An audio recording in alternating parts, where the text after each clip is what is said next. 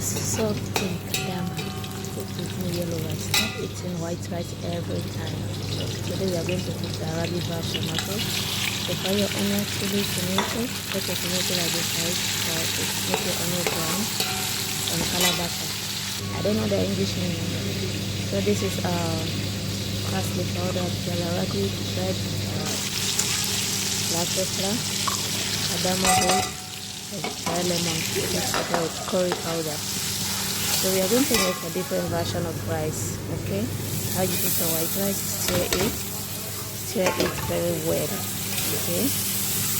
So when I'm cooking my food, sometimes I use sulbah, but this time around I'm using fresh water. Put your water hot, mix your rice, make sure you put all the spices, add the fresh water on it hot, allow the rice to cook.